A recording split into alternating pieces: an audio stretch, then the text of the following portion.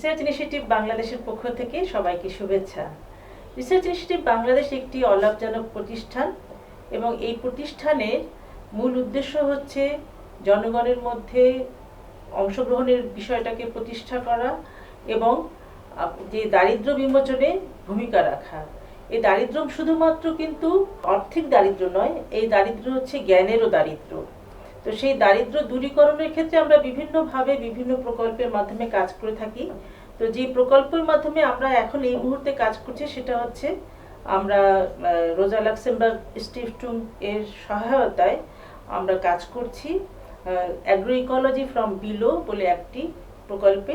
এবং এই প্রকল্পের উদ্দেশ্য হচ্ছে যে কৃষিতে যে বর্তমানে যে অবস্থা চলছে সেখান থেকে কিভাবে আমরা উত্তরণ ঘটাতে পারি এবং কৃষিতে যে এখন যে পরিবর্তনটা আসছে, বিশেষ করে 70-এর দশকে গ্রিন রেভলিউশনের মাধ্যমে যে সবুজ বিপ্লবের মাধ্যমে যে পরিবর্তন এসেছে, যেটা কিনা আমাদের আদি কৃষিকে ভিন্ন খাতে প্রবাহিত করেছে এবং আদি কৃষিকে ভিন্ন খাতে প্রবাহিত করার মধ্য দিয়ে নতুন ধরনের কৃষি নিয়ে এসেছে। যে কৃষি জনগণ প্রথম দিকে গ্রহণ করেনি, কিন্তু ক্রমশ এটা আস্তে আস্তে জনগণের মধ্যে প্রসারিত হয়েছে এবং পল্লবিত হয়েছে, প্রস্ফুটিত হয়েছে। এবং আমরা প্রথম দিকে এটাকে খুব স্বাগত জানিয়েছি গ্রিন রিভলিউশনকে, কিন্তু পরবর্তীতে আমরা দেখেছি যে গ্রিন রিভলিউশনের মাধ্যমে আমাদের যেসব সমস্যাগুলো হচ্ছে তার মধ্যে অন্যতম হচ্ছে আমাদের পরিবেশের অবক্ষয়, আমাদের মাটির যে গুণাগুণ সেগুলো নষ্ট হয়ে যাচ্ছে এবং জনস্বাস্থ্যের ক্ষেত্রে এই গ্রিন রেভলিউশনের মাধ্যমে যে উৎপাদিত শস্য এবং যেগুলোকে আমরা খাচ্ছি সেগুলো কিন্তু আমাদের জনস্বাস্থ্যের ক্ষেত্রে, মানব স্বাস্থ্যের ক্ষেত্রে কিছুটা হুমকি হয়ে দাঁড়িয়েছে। সুতরাং আমাদেরকে বিকল্প চিন্তাভাবনা করতে হচ্ছে এবং এই বিকল্প চিন্তাভাবনার প্রেক্ষাপট থেকেই জীববৈচিত্র্য নির্ভর কৃষি কিংবা যাকে আমরা এখন বলা হচ্ছে যে অ্যাগ্রো ইকোলজি, এর কিন্তু যে তত্ত্ব, এই তত্ত্বটাকে সামনে এসেছে। তো রিসার্চ ইনিশিয়েটিভ বাংলাদেশ কৃষি নিয়ে গবেষণা করছে এবং বিশেষ করে প্রান্তিক এবং যে ক্ষুদ্র কৃষক তারা যে সমস্যাগুলো ভোগ করছে তাদের সমস্যাকে নিরসনের জন্য তাদেরকে নিয়ে কাজ করছে। এটা রিসার্চ ইনিশিয়েটিভ বাংলাদেশের একটা বড় জায়গা, যে সমাজে যারা প্রান্তিক এবং ক্ষুদ্র জনগোষ্ঠী আছে, যারা কিনা উন্নয়ন ধারায় সামনে আসতে পারছে না, যারা কিনা উন্নয়ন চিন্তার ক্ষেত্রে যাদেরকে কিনা কিছুটা দূরে রেখে দেওয়া হয়, কিংবা যাদেরকে আমরা বলছি যে তারা তারা উন্নয়ন ধারার মধ্যে তাদেরকে আমরা দৃশ্যমান নয়, সেই সব জনগোষ্ঠীকে দৃশ্যমান করা, তাদের উন্নয়নে কাজ করা, এটা হচ্ছে রিসার্চ ইনিশিয়েটিভ বাংলাদেশের একটা বড় জায়গা। তো এই রিবের এই জায়গাটা কি একটা মেথোডোলজির মাধ্যমে আমরা করছি। সেই মেথোডোলজিটা হচ্ছে পার্টিসিপেটরি অ্যাকশন রিসার্চ, বা যাকে আমরা বলছি গণগবেষণা। তো এইরকম একটা প্রেক্ষাপট থেকে আমরা যখন কৃষকদেরকে নিয়ে কাজ শুরু করেছিলাম তখন আমরা দেখেছি যে কৃষিতে অনেক ধরনের সমস্যা বিদ্যমান রয়েছে, কিন্তু সেই সমস্যা নিরসনের ক্ষেত্রে কিভাবে এগোনো যায়। তো এটা নিয়ে আমরা ছোট ছোট দল করেছি কৃষকদের মধ্যে এবং কৃষকরা এই দলের মধ্যে নিজেদের মধ্যে আলাপ আলোচনা করে তারা বিভিন্ন সমস্যাগুলোকে চিহ্নিত করেছে এবং সমস্যা চিহ্নিত করার মধ্যে দিয়ে তারা প্রায়োরিটি ফিক্সড করেছে যে কোন সমস্যাটাকে অগ্রাধিকার দেওয়া যায়। তো সেই অগ্রাধিকার দানের ক্ষেত্রে তারা দেখেছে যে তাদের যে কৃষিতে যে প্রধান সমস্যা বীজ, প্রধান সমস্যা মাটি, সেসবগুলোতে তারা দেখেছে যে তাদের অনেক সমস্যা হচ্ছে এবং উৎপাদনের ক্ষেত্রে এবং যে পণ্য তারা উৎপাদন করছে সেই পণ্যের দাম নির্ধারণের ক্ষেত্রে তাদের কোনো ক্ষমতা নেই, বাজার নিয়ন্ত্রণ তাদের কোনো ক্ষমতা নেই এবং তারা এই কাজগুলো করার ক্ষেত্রে কিছুটা অসহায়ের মধ্যে আছে। তো এই বিষয়টা নিয়ে যখন তারা আলোচনা করছে যে এ থেকে উত্তরণের উপায়টা কি, সেই ক্ষেত্রে রিবেরও সহযোগিতা ছিল এবং আমরা যাদেরকে নিয়ে কাজ করছি, রোজা লাক্সেমবার্গ স্টিফটুং জার্মানির একটি প্রতিষ্ঠান, তারা আমাদেরকে এক্ষেত্রে আমাদের পার্টনার এবং তারা আমাদের এক্ষেত্রে এগিয়ে এসেছে সহায়তা করার জন্য। এবং আমরা সম্মিলিতভাবে এই সমস্যাগুলোকে বোঝার চেষ্টা করেছি এবং বোঝার মধ্যে দিয়ে কিভাবে এগোনো যায়, সমস্যার সমাধান করা যায়, উত্তরণ করা যায়, সেটা দেখার চেষ্টা করছি।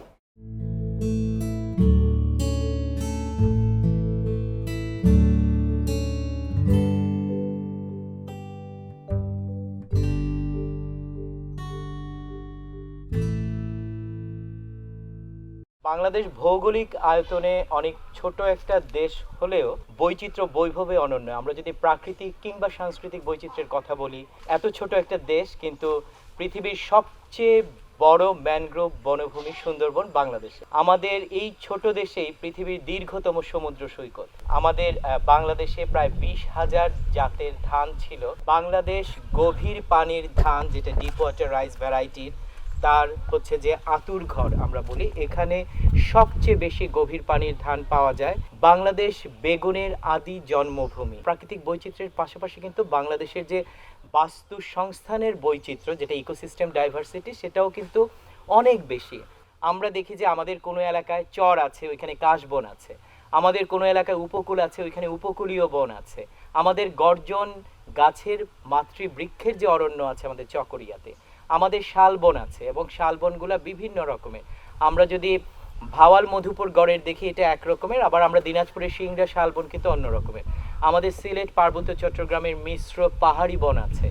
আমাদের হচ্ছে যে সিলেট অঞ্চলে লাওয়াছড়া, রেমা, কালেঙ্গা, সাতছড়ি এই রকমের বর্ষারণ্য বৃষ্টি বনগুলো আছে।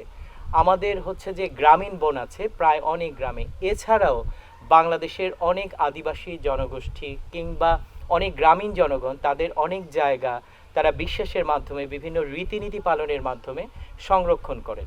তো এই যে প্রাকৃতিক বৈচিত্র্য, এর পাশাপাশি কিন্তু সাংস্কৃতিক বৈচিত্র্য বাংলাদেশে অনন্য। বাংলাদেশে প্রায় 60-এরও অধিক মাতৃভাষা আছে।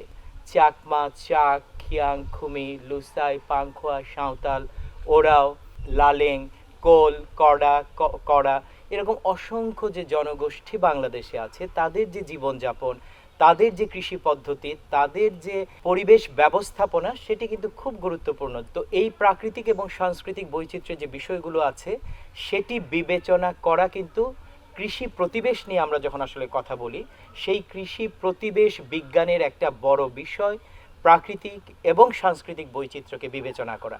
মনে করেন যে এটা বাংলাদেশের উপকূলের সুন্দরবনের কাছের একটি গ্রাম। তো এইখানে হচ্ছে যে প্রতি বছর ঘূর্ণিঝড় হয়। আমরা সিডর দেখেছি, আমরা আইলা দেখেছি, মহাসেন দেখেছি, আমরা বুলবুল দেখেছি, ফণী দেখেছি, আমরা আমফান, যে আমাদের কোভিডের সময় যে ঘূর্ণিঝড়, সেটি আসলে দেখেছি। এবং এই এলাকায় একটা লবণাক্ততাও কিন্তু একটা বড় ধরনের জীবনের জন্য একটা বড় রকমের মানুষের সমস্যা। এবং যেটি আসলে দেখা যায় যে এই এলাকায় আগের যে কৃষি চর্চা, সেই কৃষি চর্চায় কিন্তু লবণ পানির ধান অনেক বেশি ছিল। যে আমরা যদি দেখি করচামুড়ি, সাদা মোটা, লাল মোটা, আমরা যদি দেখি নোনাখচি, এই যে ধানগুলো আছে, জটাই বালাম, এই বুড়ুমন্তেশ্বর, এই জাতগুলা কিন্তু একদমই লবণ পানিতে আসলে টিকতে পারে এবং তার বৈজ্ঞানিক গবেষণাও আছে। এই জাতগুলো অনেক বেশি লবণ পানির জাত। কিন্তু এখন আমরা কি দেখতে পাই, সেটা হচ্ছে যে 60-এর দশকে যে আমাদেরকে না বলে যে উপকূলীয় অঞ্চলে একটা বাঁধ দেয়া হয়েছে, এবং সেটা নদীর সাথে যে জমির সম্পর্ক, খালের সম্পর্ক, যেখানে জোয়ার ভাটার প্রবাহকে বন্ধ করে দেয়া হয়েছে। পাশাপাশি 80-র দশকে যখন সকল কৃষি জমি আবারও চিংড়ি ঘেরে পরিণত হচ্ছে, এবং তার পাশাপাশি যখন বছর বছর ঘূর্ণিঝড় হচ্ছে, মানুষ কিন্তু তার কৃষিতে থাকতে পারছে না, তারা দিনমজুর হয়ে যাচ্ছে, তারা ইট ভাটায় চলে যাচ্ছে। আমরা এখন যে পরিস্থিতিতে আসলে আছি, সেই পরিস্থিতি কিন্তু আমাদেরকে বলে দিচ্ছে যে কোনো একটি বিপর্যয়, কোনো একটি দুর্যোগ কিংবা জলবায়ু পরিবর্তনের মতো যে সংকট, সেই সংকট মোকাবেলা করার জন্য আমাদের এলাকা উপযোগী এবং সেই দুর্যোগ সহনশীল জাতগুলো আসলে দরকার। যে জটাই ভালাম, নোনাখচি, বুড়ুমন্তেশ্বর, দাঁতখানি, যে জাতগুলো কৃষকের জাত, আমি যদি সে জাতের মাধ্যমে কোনো ধরনের লবণাক্ত সহনশীল জাতের গবেষণা করি, সেখানে সবচেয়ে প্রথম কৃষকের যে জ্ঞান, তার যে সম্পদের উপরে মালিকানার যে অধিকার, সেটিকে প্রতিষ্ঠা করা জরুরি। এই যে এক একটা অঞ্চল এক এক রকমের, চরের জমি একরকম, বিলের জমি একরকম, বরেন্দ্র অঞ্চলের জমি একরকম, আবার উপকূলের জমি একরকম, সমুদ্র উপকূল আবার একরকম, পাহাড়ের জমি একরকম, টিলার জমি একরকম, গড় অঞ্চলের জমি আসলে একরকমের। এই যে বিভিন্ন রকমের জমি আছে, বাংলাদেশের বিভিন্ন নদী অববাহিকা আছে, এটাকে বলা হচ্ছে কৃষি প্রতিবেশ অঞ্চল। বাংলাদেশের কৃষি প্রতিবেশ অঞ্চল অনুযায়ী বাংলাদেশকে প্রধান 30টি ভাগে ভাগ করা হয়েছে। এই 30টি ভাগের ফসলের বিন্যাস, কি ফসল কোন মৌসুমে কোন ঋতুতে চাষ হবে, সেটাও কিন্তু আসলে ভিন্ন ভিন্ন রকমের। আমাদের খনা ছিলেন, তাই না, যে খনা আমাদের বিজ্ঞানী এবং দার্শনিক, আমি বলি যে দার্শনিক খনার প্রচুর বচন আছে, যেটি তিনি কৃষি নিয়ে দিয়েছেন, জলবায়ু আবহাওয়া বিজ্ঞান নিয়ে দিয়েছেন, জীবন নিয়ে দিয়েছেন। যেমন খনার বচন আছে ফাল্গুনের ৮ চৈত্রের ৮ সেই তিল দায়ে কাট। মানে খনা বলেছেন যে ফাল্গুন বা চৈত্র মাসের ৮ তারিখের ভিতরে আসলে তিল কাটতে হয়। খনার একটা খুব গুরুত্বপূর্ণ বচন আছে, ব্যাং ডাকে ঘন ঘন শীঘ্র হবে বৃষ্টি যেন। খনা বলছেন ব্যাং হচ্ছে বৃষ্টিপাতের নির্দেশক। সবুজ বিপ্লবের পরে কি ধরনের সিনথেটিক কৃষি আসলে আমরা চালু রেখেছি? এখানে কি কোনো ব্যাং আছে? ব্যাং থাকার কোনো পরিবেশ আছে? এই জমিতে যে পরিমাণে বিষ দেয়া হয়, এইখানে তো সব পোকামাকড় মরে যায়। একটা ব্যাং তো পোকামাকড় খেয়ে বেঁচে থাকে, এখানে তো ব্যাঙের কোনো খাবার নাই। এছাড়া আমরা ৮০-র দশকে কি করেছি, বাংলাদেশ থেকে ব্যাং ধরে আমরা ইউরোপে আসলে রপ্তানি করেছি। কিন্তু যদি আমাদের ব্যাং থাকতো, আমাদের এই পোকামাকড় ব্যাং খেতে পারতো, তাহলে কৃষকের কিন্তু প্রতি মাসে এই রাসায়নিক বিষের পেছনে আর কোনো টাকা আসলে খরচ হতো না। আমরা যখন কৃষি প্রতিবেশ নিয়ে আসলে কথা বলি, এটি শুধুমাত্র যারা চাষাবাদ করেন যে কৃষক সমাজ তাদের বিষয় আসলে নয়, এটি সামগ্রিকভাবে একটি গ্রামীণ জনপদে যে পেশাজীবী জনগোষ্ঠীরা বসবাস করেন তাদের সম্মিলিতভাবে সবার প্রচেষ্টার একটা ব্যবস্থা, যেটি সামগ্রিকভাবে ওই অঞ্চলের খাদ্য ব্যবস্থাকে আসলে ঠিক রাখে। এবং এই খাদ্য ব্যবস্থায় শুধুমাত্র মানুষ নয়, মানুষ সহ তার আশেপাশে যে গাছপালা, জীবজন্তু, প্রাণী জগৎ, মাটি, পানি, সবাইকে নিয়ে সমন্বিতভাবে সবার বেঁচে থাকার জন্য যে খাদ্য প্রতিনিয়ত আসলে যোগান দেয়, সেই যে কৃষি ব্যবস্থা, সেই কৃষি ব্যবস্থাটির কথা আসলে আমরা যদি বলি, তাহলে কিন্তু আমরা যেটি দেখব যে আমাদের আদি সমাজে যেরকম ছিল যে কৃষকরা শস্য ফসল উৎপাদন করতেন, কুমারেরা মাটির জিনিস তৈরি করতেন, তাঁতিরা তাঁতের জিনিস তৈরি করতেন, কিংবা জেলেরা তারা মাছ ধরতেন, এবং তাদের মধ্যে একটা বিনিময় প্রথা ছিল যে আপনি একটা গামছা দিয়ে ধান নিতে পারবেন, কিংবা গোয়ালা আপনি দই দিয়ে হচ্ছে যে একটা কামারের কাছ থেকে একটা দা কিনতে পারছেন, দা বিনিময় করতে পারছেন। তো এই যে গ্রামীণ বিনিময় প্রথা, যেটি একটি পেশাজীবী জনগোষ্ঠীর জন্য খুব গুরুত্বপূর্ণ, তাদের নিজেদের ভেতরে যে আন্তঃগোষ্ঠীগত যে সম্প্রীতি, এবং আমরা বলতে চাই যে মানুষের মধ্যে সৌহার্দ্য সম্প্রীতি, সেটা কিন্তু অনেক বেশি বাড়ায়। তার মানে এমন একটা কৃষি ব্যবস্থা জরুরি, যে কৃষি ব্যবস্থায় আমার ধান রাখার জন্য আসলে একটা মাটির মটকাই আসলে দরকার, প্লাস্টিকের কোনো বিষয় নয়। কিংবা আমার বীজ রাখার জন্য হচ্ছে যে আপনার ডোল, বাঁশের তৈরি ডোল দরকার। তাহলে এই ডোল যারা আসলে তৈরি করেন, যে ঋষি বা রবিদাস সম্প্রদায় যারা তৈরি করছেন, এটি আরেকটি জনগোষ্ঠী, তাহলে এই জনগোষ্ঠীর সাথে আমার একটা সম্পর্ক তৈরি হচ্ছে, এবং তার পেশাটাও আসলে টিকে থাকছে, এবং সেটাও কিন্তু প্রাকৃতিক সম্পদ নির্ভর একটি পেশা। কিংবা যারা মাটির কাজ করছেন, তাহলে এই মাটির জিনিসটা আমি আসলে ব্যবহার করতে পারছি। এভাবে সম্পদ ব্যবহার এবং বিনিময়ের মাধ্যমে কিন্তু আমার এই কৃষি ব্যবস্থাটি অনেক বেশি আসলে চাঙ্গা থাকছে। আমাদের শহর থেকে শুরু করে গ্রাম, আমরা পলিথিন এবং প্লাস্টিক ব্যবহার করছি, এবং এই পলিথিন এবং প্লাস্টিক কোনোভাবেই মাটির সাথে মেশে না, কারণ এটি পচতে পারে না, মিশতে পারে না। তাহলে আমরা যদি এই রকমের বিপজ্জনক পণ্য ব্যবহার বাদ দিয়ে আমাদের জিনিসগুলো ব্যবহার করতে চাই, মাটির জিনিস, বাঁশের জিনিস, কাঠের জিনিস হতে পারে, এই মহামারী কিন্তু বেশ কিছু দিকে আমাদের চোখও খুলে দিয়েছে। বিশেষ করে আমরা সারা পৃথিবীব্যাপী মানুষেরা উপলব্ধি করতে পেরেছে যে মানুষ এই প্রাণ প্রকৃতির উপরে নির্বিচার যে অত্যাচার করেছে, সম্পদ লুণ্ঠন করেছে, এই যে প্রান্তিক গরিব মানুষ, এই যে কৃষক সমাজ তার পক্ষে দাঁড়ায়নি, জমিতে বিষ ঢেলেছে, এমন একটা খাদ্য উৎপাদন ব্যবস্থা হচ্ছে যে টিকিয়ে রেখেছে যা সবার জন্য বিপজ্জনক। এটি মানুষ সহ জনস্বাস্থ্যের জন্য বিপজ্জনক, এটা পরিবেশের জন্য বিপজ্জনক, এটা প্রাণ জগতের জন্য বিপজ্জনক। এই উপলব্ধি কিন্তু করোনাকালে বারবার প্রমাণিত হচ্ছে। আমাদের টিকে থাকার স্বার্থে এই উপলব্ধিগুলো খুব আসলে জরুরি, যে আমরা প্লাস্টিক বা পলিথিন ব্যবহার করব না। তার মানে আমার বিকল্প করতে হলে আমার গ্রামেই সেটি খুঁজতে হবে, সেটি যে পেশাজীবী জনগোষ্ঠী করেন তার পক্ষে আসলে দাঁড়াতে হবে। এমনকি আমরা যদি বালাই ব্যবস্থাপনার জন্য, এই যে আমাদের বিভিন্ন রোগ সুখ হয়, কিংবা আমাদের বিভিন্ন ধরনের পোকামাকড় আছে, এটাকে আমাদের প্রথমত আসলে বুঝতে হবে, চিনতে হবে, জানতে হবে কোন কোন পোকামাকড়গুলো আমাদের জন্য আসলে বিপজ্জনক, কোনগুলো আমাদের ক্ষতি করছে, কোনগুলো আসলে আমাদের উপকারে আসছে। আমরা কিন্তু মাকড়সা মেরে ফেলতে পারি না, আমরা একটা ফড়িং মেরে ফেলতে পারি না, প্রজাপতি, মৌমাছি মেরে ফেলতে পারি না, কিন্তু আজকে বিষ দেওয়ার ফলে এই যে আমরা জমিতে ব্যাপক পরিমাণে ফসলে কীটনাশক ব্যবহার করা হচ্ছে, তার ফলে কিন্তু আমরা মৌমাছিদেরকে হারিয়ে ফেলছি। যত বেশি আমরা এই মৌমাছি সহ প্রজাপতি, ফড়িং, এই মাকড়সা কিংবা ব্যাঙ, কেঁচু, আমাদের কাঁকড়া, শামুক, গুইসাপ এদেরকে আসলে মেরে ফেলবো, ততই কিন্তু একটা বিশৃঙ্খলা তৈরি হবে। যে কৃষিকাজ আসলে এখন আছে, যে জমিতে ব্যাপক পরিমাণে সিনথেটিক সার দেয়া হচ্ছে, হাইব্রিড বীজ ব্যবহার করা হচ্ছে, বিষ ব্যবহার করা হচ্ছে, তা কিন্তু আমাদের এই প্রাণ জগৎকে আসলে মেরে ফেলছে। তা প্রমাণিত। আমরা যে খাবারটা গ্রহণ করছি তার পরবর্তীতে সেই খাবারটাও কিন্তু অনেক বেশি বিপজ্জনক হয়ে উঠছে। পাশাপাশি এই খাদ্য প্রক্রিয়াজাতকরণে, মজুতকরণে কিংবা বাজারজাতকরণে এবং পরিবেশনেও লক্ষ্য রাখা উচিত যে সেটা আবার কোনো ধরনের বিপজ্জনক রাসায়নিক মেশানো হচ্ছে কিনা।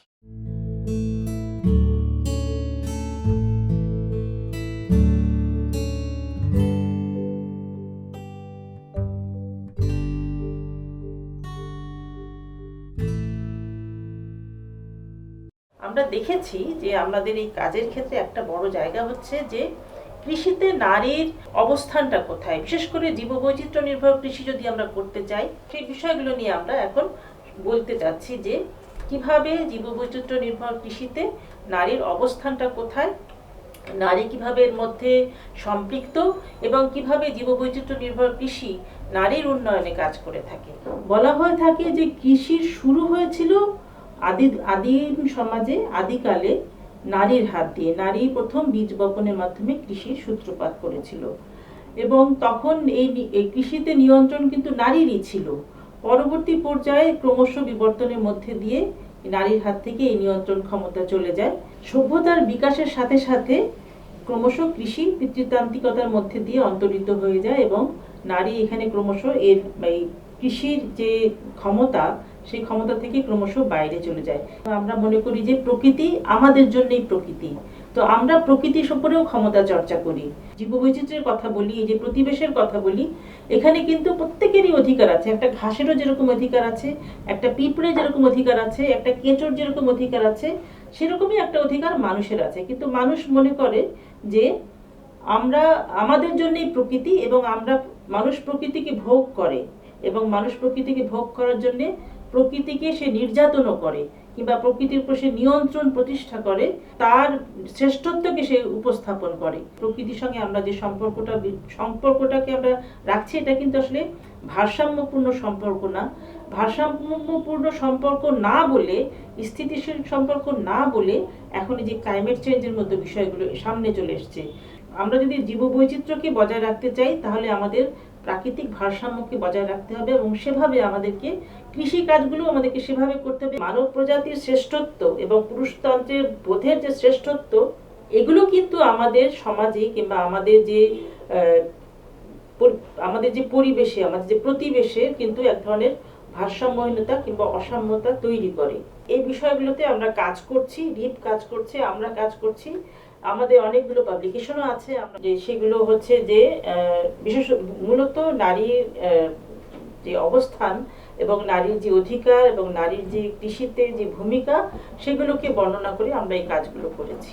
জীববৈচিত্র্য নির্ভর কৃষি কিন্তু শুধুমাত্র মনোকালচার ভিত্তিক নয়, এটা বিভিন্ন বৈচিত্র্যকে সামনে রেখেই চাষবাস করা হয় এবং সেই চাষবাসটা শুধুমাত্র খেতে হচ্ছে না, বাড়ির আশেপাশে, আঙিনায়, চারপাশে, ঘরে, গৃহকোণে, এবং এটা মূলত যে রাসায়নিক সিনথেটিক সার এবং কীটনাশক মুক্ত যে চাষাবাদগুলো করা হচ্ছে, সেটাতে কিন্তু নারীর একটা বড় ভূমিকা আছে। তার গৃহের আঙিনার চারপাশে তার দৈনন্দিন খাদ্য পূরণের জন্য সে অনেক বেশি গাছপালা লাগায় এবং সেই গাছগুলোতে তারা যত্ন করে এবং এই যত্ন করার মধ্যে দিয়ে সে কিন্তু জৈব উপায়ে সে এই চাষাবাদগুলো করে থাকে। এবং জীববৈচিত্র্য নির্ভর কৃষি যত বেশি আমরা করব, নারীর স্পেস তত বেশি বাড়বে, নারীর জায়গাটা তত বেশি প্রসারিত হবে। যে বিষয়টাকে অনেক বেশি প্রাধান্য দেয় সেটা হচ্ছে কৃষি বিষয়ক জ্ঞান, এবং যেই জ্ঞানের সাথে সম্পৃক্ত রয়েছে যে শস্যের বীজ সংরক্ষণ, কিভাবে বীজ কতদিন রাখতে হবে এবং সেই বীজটাকে কবে রোদে দিতে হবে, আবার কিভাবে এটাকে জার্মিনেশন করতে হবে এবং কিভাবে কখন লাগাতে হবে, এই যে একটা প্রক্রিয়া, এটা কিন্তু একটা বিজ্ঞান ভিত্তিক জ্ঞান এবং এই বিজ্ঞান ভিত্তিক জ্ঞানটা কিন্তু নারীরাই আদিকাল থেকে চর্চা করে এসেছে। জীববৈচিত্র্য নির্ভর কৃষিতে কিন্তু আমাদের যে আমাদের যে ঐতিহ্যগত বীজ, ঐতিহ্যগত যে খাদ্যশস্য এবং যে মানে শাকসবজি এবং চাষাবাদ এবং ইভেন হাঁস মুরগি গরু ছাগল পালনেরও যে ঐতিহ্য আমাদের আছে সেটাকে ধরে রাখার চেষ্টা করে। এবং কেন ধরে রাখার চেষ্টা করে? কারণ এই ধরে রাখার মধ্য দিয়ে এই পৃথিবীতে, এই সমাজে, এই পরিবেশে তাদের যে অস্তিত্ব ছিল সেই অস্তিত্বটাকে তারা রেখে দিচ্ছে এবং এটা প্রকৃতিতে একটা ভারসাম্য তৈরি করছে। বৃহত্তর সমাজে কিংবা বৃহত্তর অর্থনীতিতে, আমরা ম্যাক্রো অর্থনীতিতে এটাকে আমরা অনেক সময় মূল্যায়ন করি না। নারীর শ্রমকে তো মূল্যায়ন করি না, নারীর যে জ্ঞান, এই জ্ঞানটাকেও আমরা মূল্যায়ন করি না। কিন্তু নারী কিন্তু এই জ্ঞানটাকে ধরে রেখেছে এবং এখন যখন জীববৈচিত্র্য নির্ভর কৃষির বিষয়টাকে সামনে চলে এসেছে, তখন কিন্তু নারীর এই জ্ঞানটাকে কিন্তু আমরা মূল্যায়ন করার চেষ্টা করছি। জীববৈচিত্র্য নির্ভর কৃষি নারীর একটা বিশেষ দক্ষতা এবং তাদের দক্ষতাকে বৃদ্ধি করে এবং বিশেষ জ্ঞানকে তারা আরো বেশি সৃষ্টিশীল করে তোলে এবং এর মাধ্যমে নারীর কিন্তু কিছু গৃহস্থালীর পরিপ্রেক্ষিতেও কিন্তু নারীর অর্থনৈতিক ক্ষেত্রে একটা ভূমিকা রাখার সুযোগ তৈরি হয়। যেরকম আমরা যদি দেখি যে জীববৈচিত্র্য নির্ভর কৃষি করলে কি করা হয়। জীববৈচিত্র্য নির্ভর কৃষি করে নারীরা এখন কেঁচো কম্পোস্ট সার তৈরি করছে, তারা বিভিন্ন কীটনাশক, যে জৈব উপায়ে কীটনাশক তৈরির ক্ষেত্রে তারা ভূমিকা রাখছে। নারীরা কিন্তু ঘরে বসে এই জিনিসটাকে তৈরি করছে এবং তারা বিক্রি করে তারা অর্থনৈতিকভাবেও স্বয়ংসম্পূর্ণ হচ্ছে। একইভাবে আমরা যদি দেখি যে কম্পোস্ট সার তৈরি করা, বায়োফার তৈরি করা, যেগুলো বিভিন্ন টেকনোলজি কিংবা যে জ্ঞানগুলো, কৃষিভিত্তিক জ্ঞানগুলো কিন্তু এখন নারীর কাছে জীববৈচিত্র্য নির্ভর কৃষি তুলে দিচ্ছে, যেটা আগে ছিল না। এই জ্ঞানগুলোকেও আমাদের নারীরা, আমরা দেখেছি যে আমাদের যে ফিল্ডগুলো আছে, আমাদের ফিল্ডগুলোতে সাতক্ষীরা, বগুড়া, নীলফামারীতে নারীদের দল আছে, তারা স্বতঃস্ফূর্তভাবে উৎসাহের সাথে বায়োফার তৈরি করছে। নারীরা পাড়া প্রতিবেশীর সঙ্গে বীজ বিনিময় করে, যেভাবে বীজ বিনিময় করে সেভাবে জ্ঞানও বিনিময় করে এবং এই জ্ঞান বিনিময়ের মাধ্যমে এটা ক্রমশ আরো ছড়িয়ে যাচ্ছে। এবং এর মাধ্যমে যেটা আমরা দেখি যে একটা যৌথতার বোধ তৈরি হয়, একটা কমিউনিটি ফিলিংস তৈরি হয়, যে আমি যখন একটা কোনো কিছু করছি, আমি তখন আরেকজনকে বলছি যে আমি কিন্তু কালো জিরা লাগাচ্ছি, কালো জিরার গাছ লাগাচ্ছি, আমি কিন্তু জিরা গাছ লাগাচ্ছি, আমি এক্সপেরিমেন্ট করছি। তখন আরেকজন বলবে ঠিক আছে আমিও করি, আরেকজন বলবে ঠিক আছে আমিও করি। এই যে পারস্পরিক যে একটা সম্প্রীতির বন্ধন তৈরি হয়, এটাও কিন্তু জীববৈচিত্র্য নির্ভর কৃষির মাধ্যমেই সম্ভব। আমরা জানি যে বীজ সংরক্ষণ এবং বীজের যে ঐতিহ্য রক্ষা করার ক্ষেত্রে নারীর একটা ভূমিকা আছে। এই সংরক্ষণের মধ্য দিয়ে কিন্তু নারী এই জিনিসটাকে প্রসারিত করে থাকে। রাসায়নিক সার, বিষ এবং যে বীজ ব্যবহারের মধ্যে দিয়ে যেটা হয় সেটা হচ্ছে যেটা নারীর শরীরের জন্য একেবারেই পরিপূরক না। নারীর প্রজনন ক্ষমতাকে হ্রাস করে, নারীর পুনরুৎপাদন ক্ষমতার ক্ষেত্রে সেটা একটা প্রভাব রাখে। অন্যদিকে জীববৈচিত্র্য নির্ভর কৃষি কিন্তু এই সমস্যাগুলো তৈরির ক্ষেত্রে তার ভূমিকা অত্যন্ত কম। জীববৈচিত্র্য নির্ভর কৃষির মাধ্যমে যে জৈব উপায়ে যে খাদ্যশস্য উৎপাদন করা হচ্ছে এবং প্রাকৃতিক ভারসাম্য বজায় রেখে, প্রকৃতির যে ব্যালেন্স সেটাকে বজায় রেখে প্রাকৃতিকভাবে যে চাষটা করা হচ্ছে, যেখানে একই সঙ্গে যেরকম ধান থাকছে, আবার অশস্য থাকছে, আবার ধান ক্ষেতের মধ্যে মাছও থাকছে, হাঁসও চড়ে বেড়াচ্ছে, সাপ পোকামাকড়ও থাকছে, খাদ্য সম্পর্ক রয়ে যাচ্ছে। এই সব কিছুর মধ্যে দিয়ে আমাদের যে বাস্তুসংস্থান, যেখানে আমরা বাস করছি, সেই বাসস্থানের মধ্যে একটা ভারসাম্য বজায় থাকছে। জীববৈচিত্র্য নির্ভর কৃষি যত বেশি আমরা করব তত বেশি এটা নারীর জন্য একটা পজিটিভ বিষয় হয়ে দাঁড়াবে এবং এটা কখনোই নারীর স্বাস্থ্যের ক্ষেত্রে, মানব স্বাস্থ্যের ক্ষেত্রে কখনোই এটা একটা বিরূপ প্রতিক্রিয়া রাখবে না। সুতরাং জীববৈচিত্র্য নির্ভর কৃষিকে আমরা বলতে পারি এটা নারী বান্ধব একটা কৃষি এবং এটা নারীর অনুকূলে একটা কৃষি। নারীর জন্য এটা একটা সুযোগ তৈরি করে, নারীর জন্য একটা স্পেস তৈরি করে, নারীর সামাজিক অবস্থানকে উন্নয়নের দিকে নিয়ে যেতে পারে এবং নারীকে একটা অবস্থানে উঠে আসতে সহায়তা করে থাকে। যত বেশি আমরা জীববৈচিত্র্য নির্ভর কৃষি করব, নারীকেও আমরা তত বেশি আমাদের সামনে আমরা আরো বেশি প্রস্ফুটিত দেখব। নারী স্বাস্থ্য, নারী পুনরুৎপাদন ক্ষমতা, প্রজনন ক্ষমতা সুস্থ থাকবে, আমাদের সুস্থ প্রজন্ম আমরা দিতে পারবো। জীববৈচিত্র্য নির্ভর কৃষি আমাদেরকে আরো বেশি করতে হবে এবং এখানে নারীকে আরও অনেক বেশি সম্পৃক্ত করতে হবে এবং তার কাজের স্বীকৃতি দিতে হবে, তার জ্ঞানের স্বীকৃতি দিতে হবে এবং সেই জ্ঞানের স্বীকৃতির মাধ্যমে যে যে জ্ঞান তারা ধারণ করে এসেছে এবং যে জ্ঞান তারা ধরে রেখেছে, সেই জ্ঞানকে স্বীকৃতি দেওয়া, নারীর স্বীকৃতি দেওয়া, এটা একটা বড়, এবং এটা রাষ্ট্রীয় পরিসরে, এটা আন্তর্জাতিক পরিসরে, দেশীয় পরিসরে, সমাজে, গৃহে, ব্যক্তি সত্তায়, ব্যক্তির মননে এই বিষয়টাকে সামনে নিয়ে আসতে হবে। তাহলেই আমরা একটা সুন্দর সমাজ আমরা দেখতে পাবো।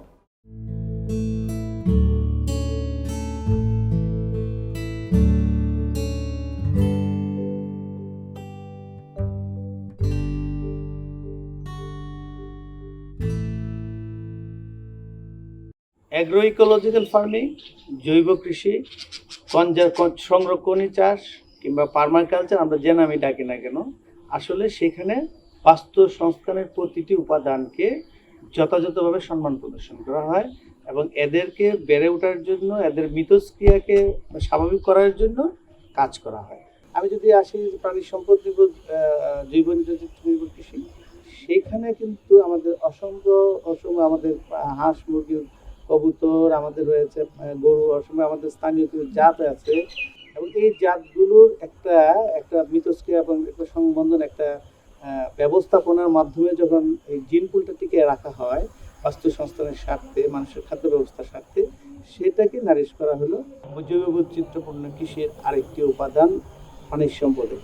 আমাদের একটা বৈচিত্র্যপূর্ণ ফসল ব্যবস্থা রয়েছে। আমাদের প্রায় 500-রও বেশি ধরনের ফসল বাংলাদেশে তৈরি হয় এই ক্ষুদ্র ভূখণ্ডের মধ্যে। বাংলাদেশের ক্ষেত্রে ঐতিহাসিকভাবেই আমাদের যেমন বসতবাড়ির কথা বলি, প্রতিটা বাড়িতেই কমপক্ষে 8-10 ধরনের ফসল পাওয়া যায়। বিশেষ করে আমের, ফলের বাগান আছে, মশলা আছে, আমাদের সবজি পাওয়া যায়। ফলে বসতবাড়ি একটা সবসময় একটা সেলফ ডাইনামিক একটা প্রক্রিয়া, যেখানে সব ধরনের ফসলের খাবারের একটা উৎসস্থল। আমরা বলছি জীব বৈচিত্র্য নির্ভর কৃষির প্রথম শর্ত হলো মাটিকে খাওয়ানো, গাছকে খাওয়ানো, অর্থাৎ মাটিকে সব ধরনের রাসায়নিক কীটনাশক এবং অন্যান্য যে সমস্ত রাসায়নিক দ্রব্যাদি আছে, যেগুলো আসলে প্রকৃতির জন্য ক্ষতিকর, সেগুলো ব্যবহার বর্জিত একটা উৎপাদন ব্যবস্থা। আমাদের বসতবাড়ি প্রায় 2,20,00,000 বসতবাড়ি আছে। সেই 2,20,00,000 বসতবাড়িতে কোনো ধরনের কেমিক্যাল ব্যবহার করে না, এবং কিন্তু আমরা এই পদ্ধতিটাই বলছি মাঠ পর্যায়ে ব্যবহার, এবং আমাদের কৃষি গত 50-এর দশকে কিন্তু মাঠের কৃষি, বসতবাড়ির কৃষি একই ধরনের ছিল। ভূমি যে গত 40-50 বছরে ক্ষয় হয়েছে, সেটা পুনরুদ্ধার করাটা হলো এই মুহূর্তে আমাদের স্ট্র্যাটেজি বা কৌশল। তো সেই স্ট্র্যাটেজিটা কি? সেই স্ট্র্যাটেজিটা তো আমাকে সেখান থেকে বাইরে থেকে জৈব সার, ফসলের অবশিষ্টাংশ এবং এমনকি এমন ফসলের চাষ করতে হবে যেগুলো দিয়ে আসলে ভূমির উন্নয়ন হবে। ভূমির উন্নয়ন মানে হলো ভূমির ভৌতিক, রাসায়নিক এবং জৈবিক প্রক্রিয়ার উন্নয়ন হবে, অথবা সেখানে আন্তঃফসলের চাষ করে কিন্তু সেটার উন্নয়ন করা সম্ভব। এবং ধানে যদি আমার করতে হয়, ঠিক আছে, ধানের নানান জাতের আমি চাষ করলাম, সেক্ষেত্রে আমার এক ধরনের বৈচিত্র্যায়ন কিন্তু হলো। মাটির উপকরণের একটা অন্যতম উপকরণ হচ্ছে পানি। এই পানিটাকে কিন্তু প্রিজার্ভ করাটা খুব জরুরি। আমার জৈব পদ্ধতিতে যখন চাষ হবে, তখন কিন্তু মাটির কিছু পানি অটোমেটিক ধারণ করতে হবে সাধারণ কৃষির চেয়ে। সেইখানে আমরা যদি নানান ধরনের জাবরা প্রয়োগ করে, মালচিং প্রয়োগ করে, লাইভ মালচিং দিয়ে সেই পানিটাকে কিন্তু ধান ভিত্তিক কিংবা উদ্যান ফসল ভিত্তিক যে সমস্ত ফসলগুলো আছে সেগুলোর উৎপাদন করতে হবে। আমাদের একটা ডালের এবং ধান ডালের একটা কিন্তু চমৎকার ক্রপিং সিস্টেম ছিল। এই ক্রপিং সিস্টেমটা আরো এনহ্যান্স করা যেতে পারে। হ্যাঁ, ডালের মাটিতে নাইট্রোজেন সংবন্ধন করে, আবার ধান উৎপাদন যখন শেষ হয়ে যায়, তখন সেই যে ক্ষতি যেটা হলো নাইট্রোজেনের, সেটা কিন্তু এই জাবরা এবং মাটির ফসলের যে অবশিষ্ট মাটিতে মিশিয়ে দিয়ে এক ধরনের মাটির উন্নতি করা সম্ভব। সেইখানে আমাদের তিনটা, একটা হলো মাল্টি ফসলের চাষ করা, একটা হলো বছর ব্যাপী কোনো না কোনো ফসলের চাষ করা, এবং ফসলগুলো এমনভাবে নির্ধারণ করা যাতে মাটির যে জৈব পদার্থের যেটা ক্ষয় হবে, পুষ্টি উপাদান যেটা, সেটা আবার যাতে জমা হয়। এবং তার জন্য যে বছর শেষে যদি সুযোগ থাকে, সেখানে মাটির টেস্ট করে সেই মাটি কীভাবে উন্নয়ন করা যায়, মাটিতে বিনিয়োগ করা যায় সেই ব্যবস্থাটা নিশ্চিত করা। কারণ আপনারা জানেন জৈব বৈচিত্র্যের প্রথম শর্ত হলো আন্ডারগ্রাউন্ড, অর্থাৎ মাটির নিচে যে বৈচিত্র্যায়নটা আছে, উদ্ভিদ এবং পানির যে বৈচিত্র্যায়নটা আছে, মাটির উপরে বৈচিত্র্য, দুটাকেই এক ধরনের সমন্বয় করতে হবে। আর দুটার সমন্বয় করলে ফসল অবশ্যই ভালো হবে। এখনো অনেকে প্রশ্ন করেন, যে অনেকে আশঙ্কা প্রকাশ করেন যে জৈব কৃষি কিংবা ওই যে অ্যাগ্রো ইকোলজিক্যাল ফার্মে গেলে আমাদের উৎপাদন কমে যাবে। এটা একটা কমপ্লিটলি ভ্রান্ত। উৎপাদনটা কি? আপনি একক পরিমাণ জমি থেকে কি পরিমাণ আহরণ করবেন, আপনার প্রয়োজনীয় খাবার, সেটাই সাধারণত আমরা মোটা দাগে বলি যে উৎপাদন। তাহলে আমি তো প্রথমত আমার খাবারটাকে চিন্তা হবে, আমি সেখান থেকে কত ধরনের খাবার বানাতে চাই। আমি যদি এই 1 হেক্টর জমি থেকে আমি যদি 10 ধরনের খাবার বানাই, আর 1 হেক্টর জমি থেকে যদি আমি 1 ধরনের খাবার বানাই, তাহলে যে ফলনের কিন্তু পার্থক্য হবে। তাহলে আমরা যারা জৈব কৃষি করছি কিংবা অ্যাগ্রো ইকোলজিক্যাল ফার্মিং বলছি, তারা কিন্তু এই 1 হেক্টর জমিতে 10 ধরনের ফসল উৎপাদনের কথা বলছে। আর 10 ধরনের ফসল যখন উৎপাদন হবে, সেটা হচ্ছে জীব বৈচিত্র্য নির্ভর কৃষি। এবং এই ফসলগুলো যখন আমি চিহ্নিত করব, যে কিছু ফসল আছে দীর্ঘ রোট মানে মূলের, কিছু ফসল আছে উচ্চ মূলের, তাহলে আমি শুধু সিকোয়েন্স করে যে আমি 5 বছরে এখানে 10 ধরনের ফসল করব, এবং সেই যে বিন্যাসটা, সেটাকে বলা হয় ফসল বিন্যাস। যেহেতু গাছের মূল দেওয়া খাবার উৎপাদন সংগ্রহ করে মাটি থেকে, সুতরাং প্রথম বছর যে জায়গাতে দীর্ঘমূলী ফসল থাকবে, নিশ্চয়ই পরের বছর আমি স্বল্প মূলের যে স্বল্প দৈর্ঘ্যের যে মূল আছে সেই ধরনের ফসল নেব। এইভাবে যদি আমি সিকোয়েন্স করে করে সাজিয়ে যদি এই ফসলটা উৎপাদন করি একসাথে অনেকগুলো ফসল, তাহলে জৈব বৈচিত্র্য নির্ভর কৃষিটা সচল থাকবে এবং উৎপাদনের পার্থক্য হবে না, বরং আরো বেশি উৎপাদন হবে, এবং আমার মাটিটাও সচল থাকবে, যেটা আমাদের মূল শক্তি হলো মাটি। এখনকার যে ইন্ডাস্ট্রিয়াল কৃষিতে কিংবা শিল্পর কৃষির কথা আমরা যেটা বলছি, সেই ইন্ডাস্ট্রিয়াল কৃষিতে 3টি উপাদানের প্রয়োগ করা হচ্ছে, কি? নাইট্রোজেন, ফসফরাস এবং পটাশিয়াম। তাহলে অন্য উপাদানগুলো কি মাটিতে লাগবে না? অবশ্যই দেওয়া উচিত। তাহলে আমরা সেই কথাটাই বলছি, তাহলে কোন উৎস থেকে দিবেন? তাহলে আমরা বলছি যে অন্য উপাদানগুলো এবং এই যে নাইট্রোজেন, ফসফরাস, পটাশিয়াম, সেটার উৎস হবে জৈব উৎস। আপনি যদি মাটিতে দেন জৈব উৎস থেকে, তাহলে আপনি 17টি উপাদানই পাবেন।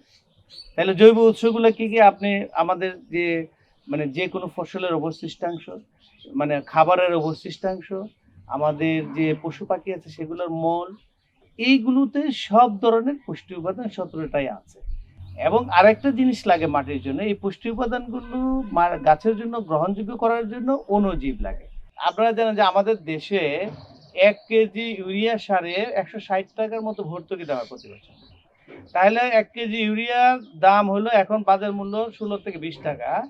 তাহলে প্রকৃত বাজার মূল্য কিন্তু সেটা 170 থেকে 175 টাকা। এখন এই যে উৎপাদনের ক্ষেত্রে যখন আপনি নাইট্রোজেন সার বেশি দিচ্ছেন, তাহলে গাছটা বেশি ঘন গ্রিন হচ্ছে, পোকামাকড় আক্রমণ হচ্ছে। তাহলে পোকামাকড় আক্রমণের জন্য আপনি কি করতেছেন? তাহলে ঠিক আছে, এখন আমি কীটনাশক দেওয়া শুরু করি। তাহলে কীটনাশকটাও দেওয়ার পরে দেখা গেল যে আপনি এমন কীটনাশক দিলেন, প্রকৃতিতে যত উপকারী, প্রকৃতিতে নানান ধরনের জীব আছে, সমস্ত জীব কিন্তু নির্বিচারে মেরে ফেলতেছে। যেমন আমি বথুয়া, আমাদের দেশে বথুয়া একটা আগাছা হিসাবে ইউজ করে, কিন্তু বথুয়া কিন্তু অসম্ভব একটা পুষ্টিকর সবজি।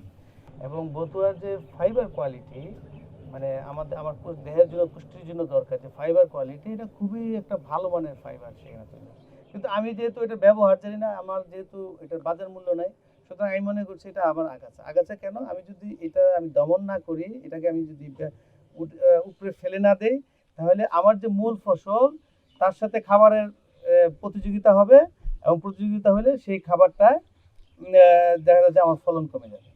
এখন কথা হলো, যদি আমি এটার ব্যবহার জানতাম, দুইটাই থাকতো, ওখান থেকে হয়তো হ্যাঁ খাবারের প্রতিযোগিতায় যে কিছু উৎপাদন কমতো, হয়তো 5% কমতো, কিন্তু এখান থেকে আবার 10% বেশি আসতো, 15% বেশি আসতো, তাহলে গড় উৎপাদন কিন্তু আলটিমেটলি বেড়ে যেত, যদি আমি সেটা ব্যবহার জানতাম কিংবা ব্যবহার করতাম। সেটা একটা ইস্যু। আরেকটা কিছু আছে, কিছু আগাছা আছে, তারা কিন্তু আগাছা আমরা মনে করছি, কিন্তু সে পোকামাকড়ের জন্য এটাকে বলে রিপেলেন্ট, মানে এন্টি, মানে সে ওটা থাকলে ওই পোকাটা আসবে না। তাহলে সেটাকেও কিন্তু আমরা আগাছা মনে করছি, কারণ আমি আমার প্রয়োজনীয় ফসলের গাছের বাইরে আমি সামনে যা পাচ্ছি সবগুলোকে মনে করছি এগুলো আমার অপ্রয়োজনীয়, সুতরাং এগুলো আগাছা।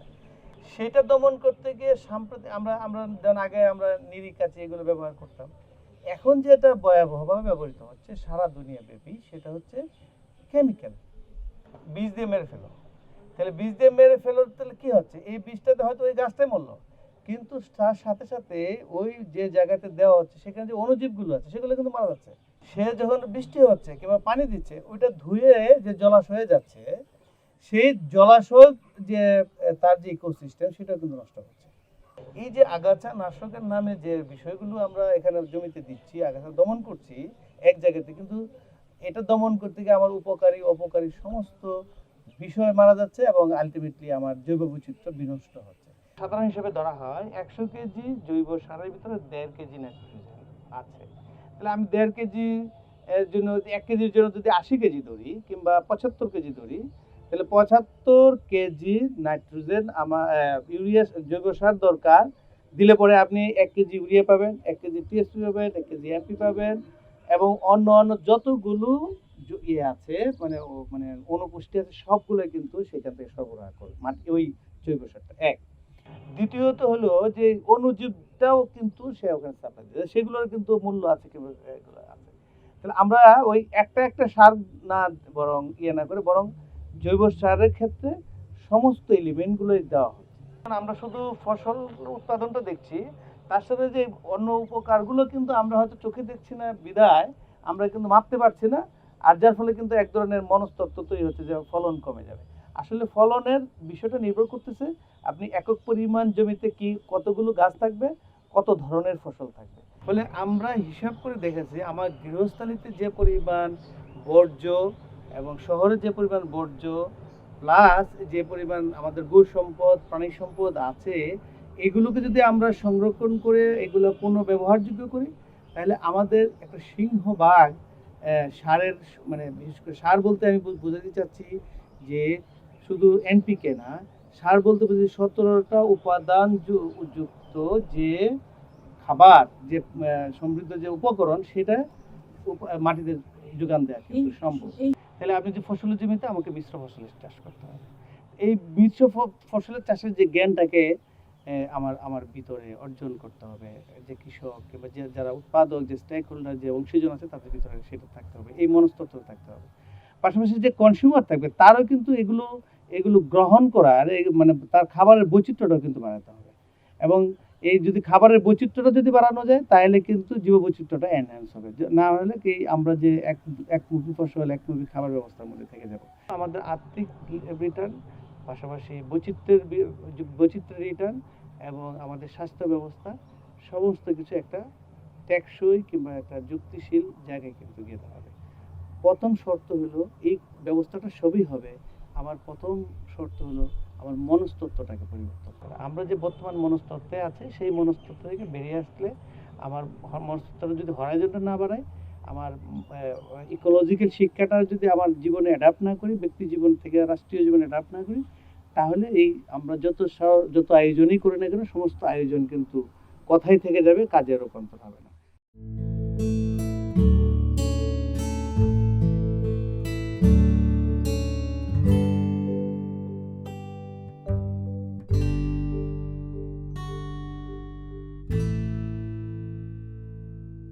আজকে আপনাদের সাথে খাদ্য পুষ্টি উৎস, কখন কোন খাবার খেতে হবে, বিভিন্ন ধরনের পুষ্টি উপাদান এবং সেই পুষ্টিগুলো বিভিন্ন সোর্স থেকে বিভিন্ন উৎস থেকে আসছে সেই বিষয়ে কথা বলবো।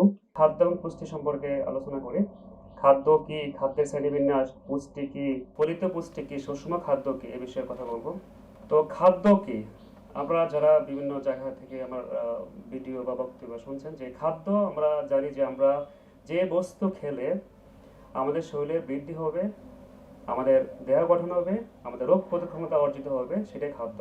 তো খাদ্যটা দুইটা উৎস থেকে আসে, যে একটা উদ্ভিজ্জ উৎস, একটা প্রাণীজ উৎস। খাদ্যের সাথে পুষ্টির একটা সম্পর্ক আছে, খাবারের মাধ্যমে পুষ্টিটা আমাদের শরীরে আসে। তো যে প্রক্রিয়ার মাধ্যমে খাদ্যটা আমাদের পাকস্থলীতে যাওয়ার পরে ভেঙে ছোট টুকরা হয়ে বিশ্লিষ্ট হয়ে খাদ্য উপাদানগুলো আমাদের দেহে শোষিত হয় রক্তের মাধ্যমে, সেই প্রক্রিয়ার নাম পুষ্টি। খাদ্যের উপাদানে ভিত্তি করে আমরা খাদ্যকে 7 ভাগে ভাগ করা যায়: শর্করা, তেল, চর্বি, আমিষ, খাদ্য প্রাণ, খনিজ লবণ, পানি, খাদ্যাভ্যাস। তো আমাদের মানব শরীরে আসলে পুষ্টির গুরুত্বটা কতটুকু বা প্রভাবটা কি? এই যে আমাদের পুষ্টির যে প্রভাব, সেটা আমরা যে পুষ্টিটা আমাদের কি জন্য দরকার, আমাদের শরীর রক্ষা করার জন্য দরকার, আমাদের বৃদ্ধি উন্নয়নের জন্য দরকার, আমাদের জীবনকাল দীর্ঘ হওয়ার জন্য দরকার, রোগ প্রতিরোধ করার জন্য দরকার, আমাদের রক্ত গঠন করার জন্য দরকার, বেঁচে থাকার জন্য রক্ত দরকার আছে আমাদের, সেই রক্ত গঠন করার জন্য দরকার, বৃদ্ধি করার জন্য নতুন কোষ তৈরি হতে হবে, আমাদের কোষ কলা তৈরি হতে হবে, সেই কোষ তৈরি হওয়ার জন্য পুষ্টিটা দরকার আছে। আর সর্বোপরি আমাদের শক্তি দরকার। আমি যে এখানে এসে কথা বলতেছি, এই কথা বলার জন্য যে শক্তি লাগবে সেটা আমাদের খাবারের মাধ্যমে, পুষ্টির মাধ্যমে আমাদের শরীরে আসবে। তো এখন এই যে অনেকগুলা বিষয় নিয়ে আমরা কথা বললাম, নিঃসন্দেহে আসলে সব ধরনের পুষ্টি উপাদান, তার যে উৎস, তার কি কাজ, তার কি অভাব হয়, সে কথা বললাম। এখন আমরা এই সবগুলো খাবার নিয়ে সুষম খাদ্য তৈরির বিষয় নিয়ে কথা বলবো। তো আমরা সবাই জানি যে খাদ্যে প্রতিদিনের শারীরিক চাহিদা অনুযায়ী সকল প্রকার পুষ্টি উপাদান পরিমিত পরিমাণে থাকে তাকে সুষম খাদ্য বলে। তো সুষম খাবারটা আসলে যদি তার শরীরের ওজন ঠিক থাকে, যে পরিমাণ আমার খাবার দরকার দৈনিক খাদ্য চাহিদা, সেই পরিমাণ যদি আমি গ্রহণ করতে পারি, তাহলে বলা যায় যে আমাদের শরীরটা সুষমভাবে চলতেছে, আমাদের ওজনটা অতিরিক্ত নাই এবং ওজনটা কমও নাই। তো এটা হচ্ছে সুষম খাদ্যের আসলে মূল নীতি আর কি।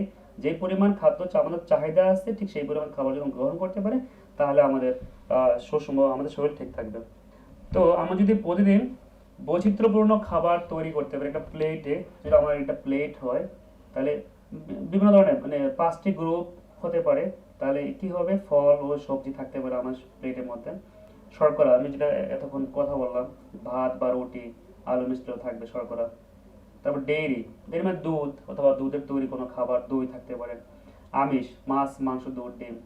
এবং সুগার এবং ফ্যাট। সুগার মানে হচ্ছে আপনার চিনি, মধু, মিষ্টি, আর তেল, চর্বি। তো এই সমন্বয়ে যদি খাবারটা তৈরি হয়, তাহলে আমাদের সুষম খাবার তৈরি হবে। তবে একটা বিষয় এখানে লক্ষণীয় যে আমাদের ভিটামিন সি আমাদের কিন্তু প্রতিদিন নষ্ট হয়ে যায়, যে তাজা অবস্থায়, কাঁচা অবস্থায় কামড়ে খাওয়া ভালো, কারণ যদি আমি ভিটামিন সি কেটে রাখি তাহলে কিন্তু নষ্ট হয়ে যায়। তো সেক্ষেত্রে আমার পরামর্শ হলো দুপুরবেলা বা সকালবেলা খাওয়ার সময় একটা লেবু, একটা কাঁচা মরিচ যেন আপনারা তাজা কাঁচা মরিচ, তাজা লেবু যেন খেয়ে নেন। তো এখানে একটা খাদ্য গ্রুপ দেওয়া হয়েছে, এখানে আসলে অনেকগুলো 10টা খাদ্যের গ্রুপ দেখানো হয়েছে। তো 10টা গ্রুপ থেকে আমরা দৈনিক কমপক্ষে 4 ধরনের খাবার খেতে হবে, চারটা তালিকাতে খাবার খেতে হবে। তো এতে করে আমাদের যে দৈনিক যে খাদ্য গ্রহণ, পুষ্টি গ্রহণ, সেটা অনেকাংশে আমাদের লাঘব হবে। তবে এখানে একটা বিষয় বলা ভালো যে 4 ধরনের খাবার থেকে অবশ্যই যেন একটা প্রাণীজ খাবার থাকে, চারটা খাবার খাওয়ার সময় খেয়াল রাখতে হবে। পারিবারিক খাদ্য পুষ্টি চাহিদা পূরণে আমরা জীব বৈচিত্র্য নির্ভর কৃষি আমরা এই মুহূর্তে কথা বলবো। তো জীব বৈচিত্র্য, ফসল চাষ, বসত বাড়িতে সবজি চাষ, ফল ওষুধি মিশ্র চাষ, শস্য আবর্তন, বাড়ির কোনতে কোন ফসল লাগানো হবে সেই বিষয়ে কথা বলবো। অতিরিক্ত খাদ্য উৎপাদনের জন্য আমাদের আসলে অধিক পরিমাণে কীটনাশক, অধিক পরিমাণে ছত্রাকনাশক, অধিক পরিমাণে সার, কেমিক্যাল ফার্টিলাইজার ব্যবহার করা হয়। তো এতে করে কিন্তু আমাদের খাবারের মধ্যে কিন্তু অনেক যে রাসায়নিক দ্রব্য আমার চলে আসে।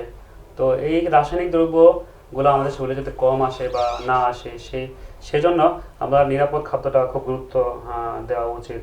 শাকসবজি, ফলমূল তৈরি করার সময় যে কৃষক ভাই দেখা যাচ্ছে যে সে কোনো আসলে কোনো কিছু ব্যবহার করে না, গ্লাভসও নাই, মাথায় মাস্ক নাই, নাকে মাস্ক নাই, মুখে মাস্ক নাই। ইভেন তার শিশুরাও কিন্তু আসলে এই কাজে ব্যবহার করে, খালি হাতে সে ওষুধগুলো মাখে, কীটনাশকগুলো মেখে জমিতে প্রয়োগ করে। এতে কি হয়, তার নিজের ক্ষতি এবং মাত্রাতিরিক্ত কীটনাশক প্রয়োগ করা হয়, না জেনে শুনে আসলে অতিরিক্ত কীটনাশক দেওয়া হয়।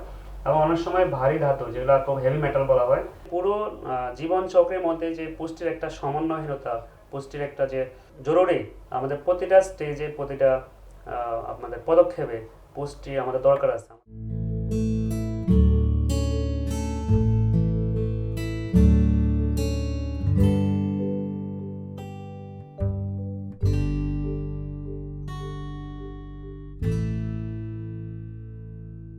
আমরা আজকে প্রাকৃতিক ফসলের বিপণনে, বিশেষ করে বিক্রি করার যে পথ এবং পদ্ধতি এবং তার চ্যালেঞ্জগুলো নিয়ে কথা বলবো।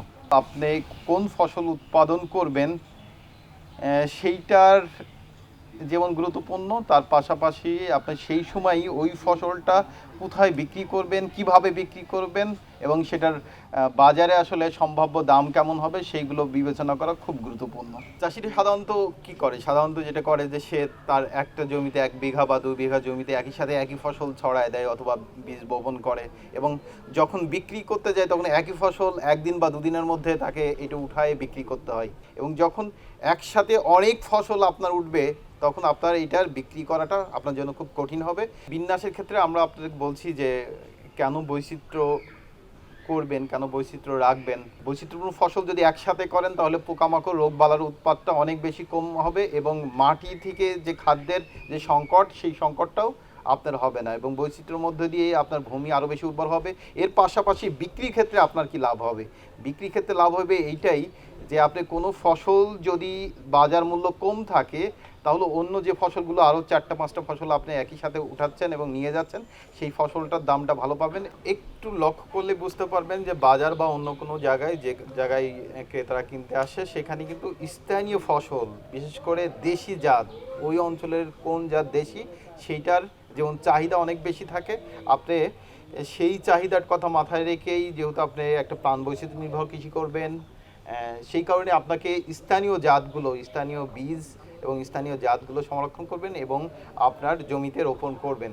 এর মধ্য দিয়ে আপনি যেমন স্থানীয় এবং দেশি ফসলের বাজারটা আপনার জন্য সহজ হবে, তেমনভাবে এর রোগবালাই অনেক কম হবে এবং আপনার জন্য যত্ন বা অন্য খরচটা অনেক কমে যাবে। এই নিরাপদ ফসলের যে বাজার আছে সেই বাজার ধরতে চান তাহলে আপনাকে এর মান নিশ্চিত করতে হবে। মানে কেন লোকজন আপনাকে বিশ্বাস করবে যে আপনি রাসায়নিক সার বীজ দেন নাই?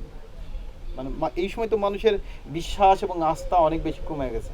এই কারণে আপনাকে একটা রেজিস্টার খাতা রাখতে হবে এই আবাদ শুরুর প্রথমেই। সেই খাতায় আপনি লিখবেন যে এই জমির পরিমাণ কি আছে, কতটুকু আছে, এই জমিতে আপনি কি দিচ্ছেন, কখন কি দিচ্ছেন, কয় চাষ দিচ্ছেন, কোন ধরনের সার দিচ্ছেন, কেঁচো সার দিচ্ছেন না গোবরের সার দিচ্ছেন, এইগুলো আপনাকে লিখতে হবে, এবং কোন ধরনের বালা দূরীকরণ দিচ্ছেন, কোন ফসল লাগাচ্ছেন সেইগুলো আপনি আপনার বাড়িতে, যদি বাড়িতে কোনো বাচ্চা থাকে আপনি নিজে যদি লেখাপড়া করতে পারেন তাহলে লিখবেন, না হলে আপনার বাচ্চারা যদি কেউ লিখতে পারে তাহলে যে কারো দিয়ে আপনার রেজিস্টার বইকে লিখে রাখবেন।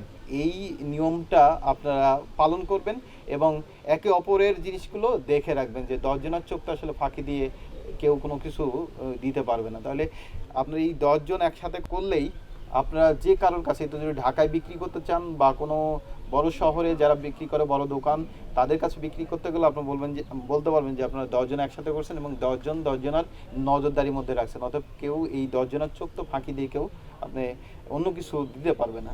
এইটা একটা একবারে এই চাষাবাদের শুরুতেই আপনাদের করতে হবে। এরপরে আপনি যখন ফসলটা উৎপাদন হচ্ছে, একবার তোলার উপযোগী হচ্ছে, যে কোন সময় তুলবেন এবং কোথায় বিক্রি করবেন সেটা খুব গুরুত্বপূর্ণ। এটা যদি স্থানীয় বাজারে বিক্রি করেন, স্থানীয় বাজারটা কখন লাগে, এটা কি ভোরবেলা না এটা কি বিকেলবেলা, কোন সময় স্থানীয় বাজার লাগে সেই সময় অনুসারে আপনার ফসলটা উঠাতে হবে।